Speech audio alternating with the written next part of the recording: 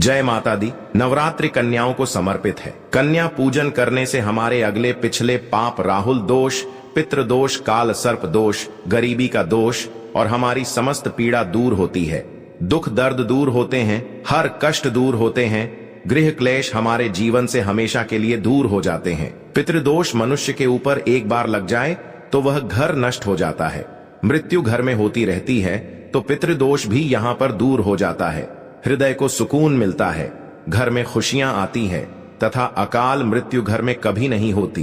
कन्या पूजन को गरीब से गरीब व्यक्ति को भी अवश्य करना चाहिए। दोस्तों देखिए, चैत्र नवरात्रि 2025 में इस बार 30 मार्च दिन रविवार से लेकर 6 अप्रैल तक चलेंगे।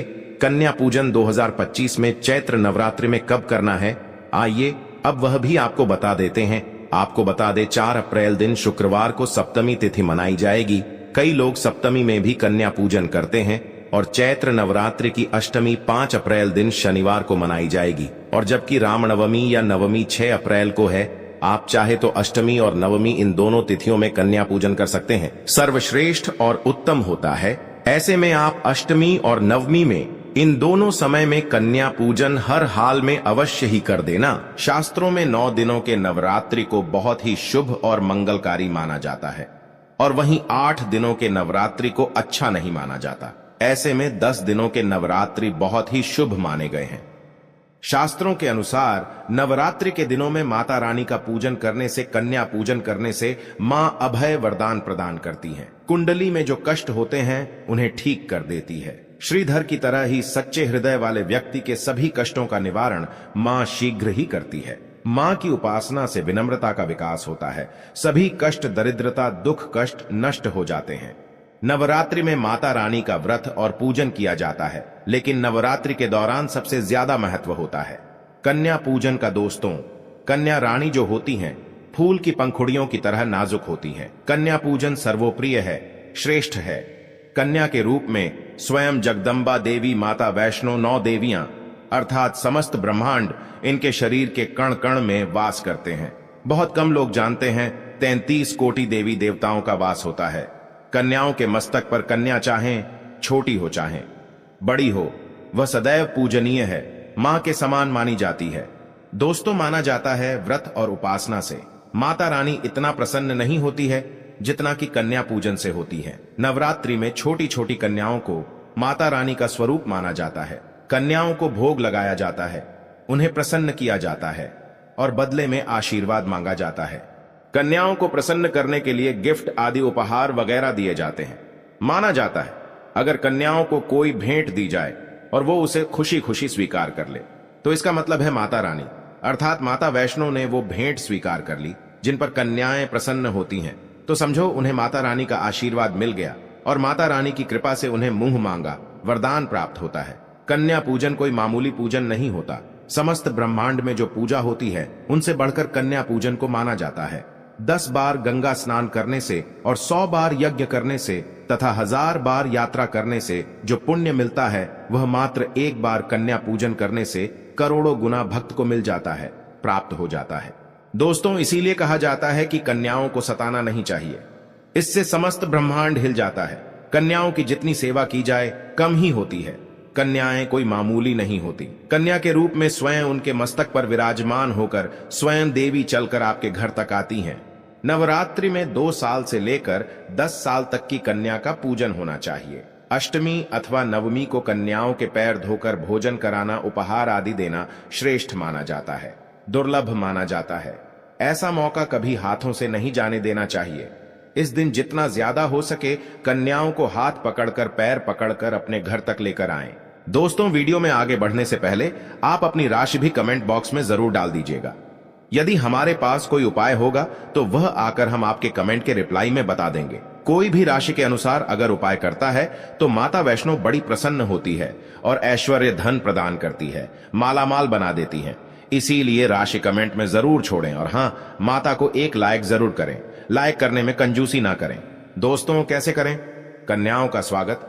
कन्या जब आपके घर आए तब सभी के पैरों को दूध और पानी से उनके पैरों को धुलाना चाहिए।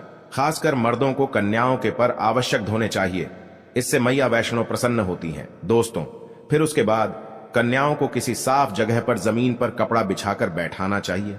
उनके माथे पर अक्षत, फूल और कुमकुम लगाना चाहिए। फिर उसके बाद भोजन ग्रहण करवाना चाहिए। लेकिन हमेशा याद रहे, कन्याओं की थाली में 3 पूरियां कभी ना रखें।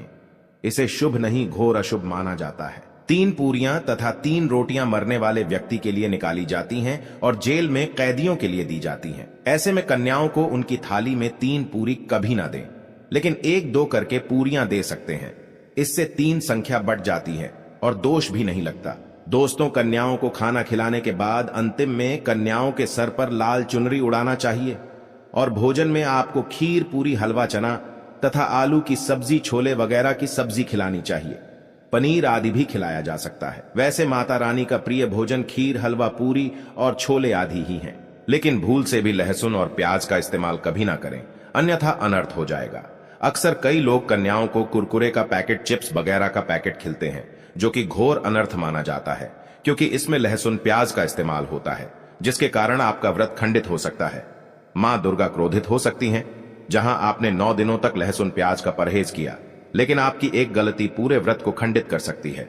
इतना भी नादान नहीं बनना चाहिए कि माता रानी रूष्ट हो जाए और कन्याओं को भी अशुद्ध होना पड़े। कन्याओं को डब्बा बंद कोई भी ऐसी चीज ना खिलाएं जिसमें लहसुन, प्याज होता है। कई चीज तो ऐसी होती है मार्केट में जिसके अंदर लहसुन, प्याज का इस्तेमाल होता है। ऐसा आप कभी मत करना। दोस्तों, कई लोग कन्या पूजन में खाना घर पर नहीं बनाते और मार्केट से रेडीमेड लाकर ही खिलते हैं तथा दही जलेबी खिलाते हैं, जो कि शुभ नहीं माना जाता। दोस्तों, ऐसा खाना वो लोग खिलाते हैं जिनके घर में मान लीजिए कोई दुर्घटना आदि हो गई है या घर में कोई बीमार है या कोई मुसीबत है, तब वो ऐसा करते हैं। लेकिन अगर आप स्वस्थ हैं, आपको कोई पीड़ा नहीं है, तो ऐसा भूलकर भी नहीं करना चाहिए। माता रानी दही जलेबी नहीं, आपके हाथों का बना भोजन खाना चाहती है, आपका प्यार चाहती है। फिर चाहे आप घर में एक ही पूरी क्यों ना बनाएं माता के लिए, पर आप स्वयं ही अपने हाथों से माता रानी को भोजन खिलाएं। देखिए, भले ही आप दही जलेबी खिला सकते हैं, परंतु माता को घर का बना हुआ शुद्ध भोजन ही अति प्रिय है। खासकर नवरात्रों के दौरान घर में पक्का खाना अवश्य बनाना चाहिए। माता रानी बहुत प्रसन्न होती है। घर का बना पक्का खाना ही कन्याओं को खिलाना चाहिए। हमेशा याद रखें, कन्याओं को प्लास्टिक के बने दोने में खाना नहीं खिलाना चाहिए। ऐसे बर्तन पूजा पाठ के लिए शुभ नहीं अशुभ होते हैं, क्योंकि प्लास्टिक के ज्यादातर बर्तन जो होते हैं जानवरों की हड्डियों द्वारा बनाए जाते हैं, इसीलिए ऐसा पाप मत करना। कन्याओं को हमेशा स्टील के बर्तन या पत्तों से बने बर्तनों में ही भोजन कराना चाहिए। बहुत ही शुभ माना गया है। अगर पेड़ के पत्ते में भोजन कराते हैं तो माता अभय वरदान प्रदान करती है। दोस्तों, एक और बात हम आपको बताने वाले हैं कि यदि नवरात्रों के समाप्त होने के बाद यदि बीच में कन्या पूजन में शुक्रवार का दिन पड़ जाए तो कन्याओं को कोई भी खट्टी चीज नहीं खिलाना चाहिए, क्योंकि शुक्रवार का दिन माता संतोषी को समर्पित होता है और माता संतोषी नवरात्रों के दिनों में सक्रिय अवस्था में होती है, यानी वो भी 9 देवियों के साथ में आपके घर में आती हैं। इसीलिए कन्याओं को भूलकर भी शुक्रवार का दिन अगर पड़ जाए तो खट्टी चीज घर में नहीं बनाना चाहिए और कन्याओं को भी खट्टी चीज नहीं खिलाना चाहिए। घोर पाप लगेगा, आपका किया कराया सब बर्बाद हो सकता है। खट्टी चीजों से माता संतोषी रूष्ट हो सकती हैं, चिढ़ सकती हैं, आपको श्राप दे सकती हैं, इसीलिए नादान ना बने। दोस्तों, भोजन कराने के बाद कन्याओं की थाली में एक लौंग जरूर रखना चाहिए, क्योंकि लौंग देवी शक्ति तथा दुर्गा मां को बहुत प्रिय है। लौंग माता शक्ति का प्रतीक होती है। लौंग में नव दुर्गा का वास होता है। इन 9 दिनों में माता रानी को लौंग का भोग ही लगाया जाता है, तो खाना खाने के बाद कन्याओं को लौंग अवश्य अर्पित करें। माता रानी को अमृत से बढ़कर लौंग प्रिय है, इसीलिए कन्याओं को थाली में चुपचाप एक लौंग जरूर रख दें। आपका भाग्य चमक जाएगा। माता लक्ष्मी आपके जीवन में धन की कोई भी कमी नहीं होने देंगी। दोस्तों, आपको बता दें, कन्याओं को उपहार में क्या दें। कन्याओं को खुश करने के लिए उनकी थाली में दक्षिणा डालें, ताकि आपके घर में संपन्नता बनी रहे तथा धन की कोई भी कमी ना हो। कन्या जब आपके घर से खुशी खुशी धन लेकर जाती है तो वह भी आपको खुशी खुशी कई गुना आपको धन प्रदान करती है। इस समय कंजूसी मत करना, खुशी खुशी कन्याओं को धन अवश्य देना। कन्याओं को कोई सुंदर गिफ्ट दे सकते हैं। शास्त्रों में बताया जाता है कि कन्या जितना खुश होती है, माता रानी उतना ही जल्द फल की प्राप्ति प्रदान करती है। ऐसे में आप कन्याओं को चॉकलेट बॉक्स दे सकते हैं तथा खूबसूरत कपड़े दे सकते हैं। याद रहे, काले कपड़े ना दें और स्टील के बर्तन भी गिफ्ट के तौर पर दे सकते हैं। याद रहे कि कन्याओं को लोहे का कोई भी सामान नहीं देना चाहिए, नहीं तो राहु केतु का प्रभाव आपके जीवन में प्रवेश कर जाएगा। राहु काल तथा राहु दोष आपको लग जाएगा, आप बर्बाद भी हो सकते हैं। दोस्तों, जब कन्या अपने घर के लिए प्रस्थान करें तो उनके चरण जरूर छू लें और अपने मन में अपनी प्रार्थना को पूरा करें। सच्चे दिल से मांगी हुई मुराद माता रानी अवश्य ही पूरी करती है। सच्चे दिल का मतलब होता है मन में कोई भी लालच ना हो, और अगर वो लालच माता को पाने के लिए बन जाए तो उसे बोलते हैं सच्ची श्रद्धा और सच्ची भक्ति। ऐसी भक्ति के आगे स्वयं 33 कोटि देवी देवता आपको नमस्कार करते हैं। दोस्तों, नवरात्रों के दिनों में अगर मिल जाए आपको ये संकेत तो समझो, माँ दुर्गा आपके घर में आ चुकी है। ये संकेत बताते हैं माँ दुर्गा का आशीर्वाद आपको प्राप्त होने वाला है। तो आइए शुरू करते हैं। दोस्तों, पहला संकेत, जब आप कलश स्थापना करते हैं तो जौ से निकली हरियाली बहुत ही शुभ मानी गई है। कहा जाता है कि जौ से निकली हरियाली हमारे भविष्य में होने वाले अच्छे और बुरे होने का संकेत देती है। ये सभी बातें हमारे आने वाले साल का भविष्य बताती हैं। यदि आपने जौ बोए हैं और वो किसी कारणवश नहीं हो पाए हैं तो ये संकेत बड़ा ही मनहूस माना गया है। कहा जाता है कि नवरात्रों में जौ अगर सूख जाते हैं या बढ़ते नहीं हैं तो आपको समझ लेना चाहिए कि ये साल आपका खराब होने वाला है तथा घर में कोई बीमारी आने वाली है, या दिन दुगनी रात चौगुनी आपकी कम होने वाली है या घटने वाली है। दोस्तों, ये धन हानि का संकेत माना गया है, क्योंकि आपने कोई ना कोई गलती ऐसी कर दी होगी जिसके कारण माता रानी नाराज हो गई हैं। इसीलिए माता से आप क्षमा अवश्य मांग ले। माँ अपने भक्तों को अवश्य माफ करती है। एक माँ ही होती है जो अपने बेटे को, अपने लाल को हर गलती पर माफ करती है।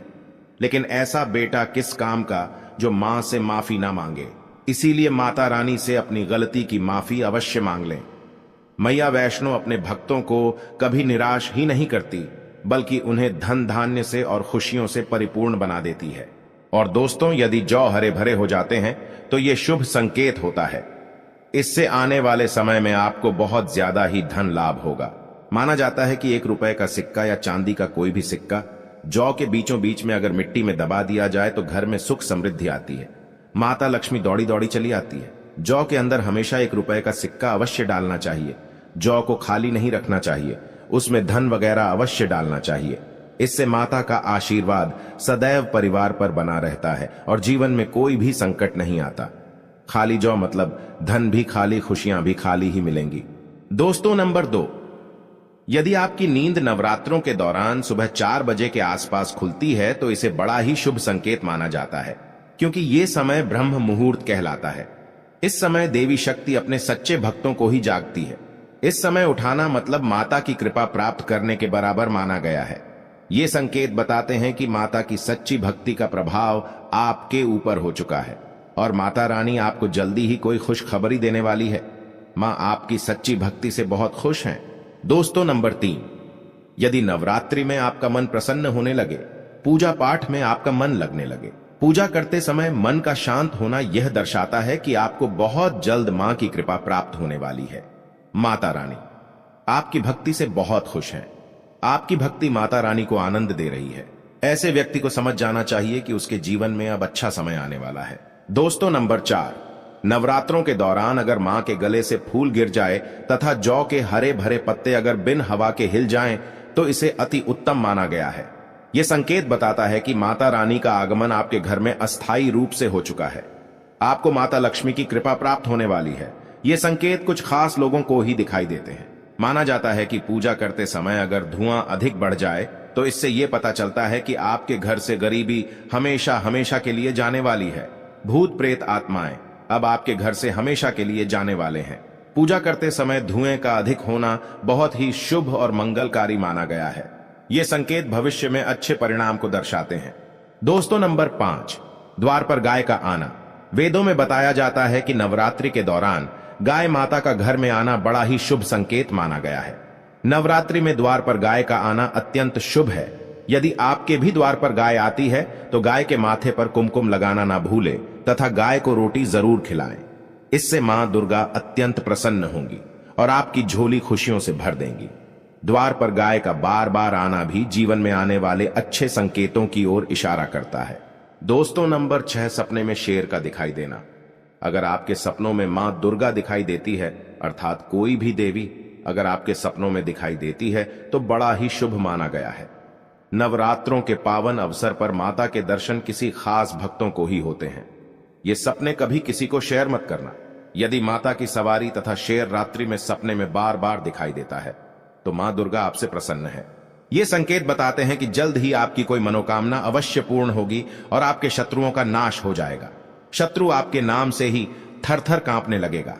मां दुर्गा का वाहन शेर है, इसीलिए नवरात्रि में शेर का दिखाई देना अत्यंत शुभ संकेत होता है। दोस्तों, नंबर 7, यदि कोई छोटी कन्या आपको सुबह सुबह लाल वस्त्र धारण किए हुए दिखाई देती है तो आपने साक्षात मां दुर्गा के दर्शन किए हैं। यदि नवरात्रों में सबसे पहले आपके घर में कन्याओं का आगमन हो जाए तो समझो आपको दुनिया की कोई भी शक्ति, ब्रह्मांड की कोई भी शक्ति आपको करोड़पति होने से नहीं रोक सकती। आपके जीवन में, आपके घर में माता लक्ष्मी का आगमन होने वाला है। आप दिन दुगनी रात चौगुनी तरक्की करेंगे। अब आप खुशियां मनाइए और मिठाइयां बांटें।